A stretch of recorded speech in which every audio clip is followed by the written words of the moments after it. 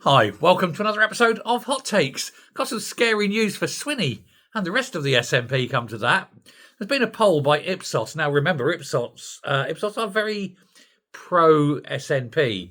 They earn millions from the SNP every year, so they like to please the people who pay them. But even if you take that pro-SNP bias into account, the figures they've come up with are horrifically bad. I mean, really bad. On every single area of policy, people of Scotland think the SNP are doing a piss poor job. At no point ever in any particular area of policy do the people of Scotland think the SNP are doing a good job. Indeed, the only area where you could even get away with saying mediocre at best is their push for net zero. But even then, that one policy has only got an approval rating of 24%. Now, that is bad, isn't it? When 3 times as many people think you're not doing a good job as thinking you are doing a good job. And that's your best result across policy. You may as well pack it in. The NHS, again, only 18% of people think that the SNP are doing a good job on the NHS. You know, if only 18, that means 82% don't think you're doing a good job. 82% of Scots. How can you fight this back? And it's the same across the board with every policy area, every single one. And there's no way back. The only saving grace for the SNP, and this is truly woeful, is that, if anything, Labour, who formed the government, obviously at Westminster, are doing even worse. So the SNP are, quote, the best in Scotland, not because they're good, it's because people think that Labour are unbelievably worse. Who do you think polls the highest for future belief? Who do you think would be voted as being who would make a better job of it in the future? Well, it's a very close run thing between the Tories, unbelievably, Tories in Scotland?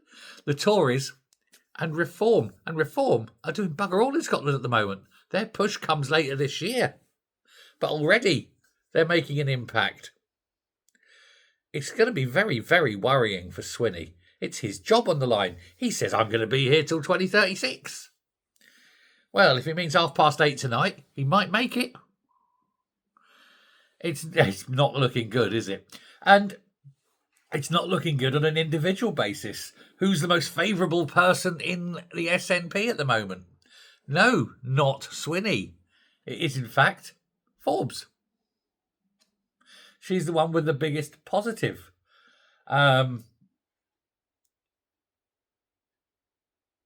It's unbelievably bad across the board.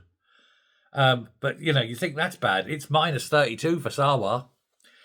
He is bad. Keir Starmer, minus 32. Nigel Farage. Nigel Farage, party's popular. Him, not so much. Minus 43, minus 31 for Russell Findlay. So, yes, technically, Forbes for Scotland. So what you got to do is get Forbes leading in Scotland, but she'll have to work for Reform. There's a chance and a half, isn't there? Not going to happen, of course. And so what's going to happen in 2026? Well, I think the SNP is still going to be the biggest single party, perhaps. And like I say, unless Reform pulls a rabbit out of the hat. But they're going to be very well short of being able to form a government with the Greens, even with the Greens, assuming there are any Greens left, of course. But, other than that, it could be an alliance of the sane, I think you could call it. Could be a Labour Conservative alliance. It's happened before. Stranger things have happened at sea. Or a Lib Lab pact kind of thing, or a Con Lab pact. But I think it's most likely going to be a Reform Labour pact. I think that's where it's going to go. Whichever one of them is the bigger one, but it could be Labour Reform or Reform Labour, depending. But if they can do it and stop the SNP, I think it's going to happen. Because both parties have said they're willing to work with each other just to stop the SNP. So who knows? It's all up in the air. It's like Monte Carlo, isn't it? Round and round it goes. Where the ball stops, nobody knows. Lay your bets, ladies and gentlemen. Rien de la plume. Thanks a lot. Bye.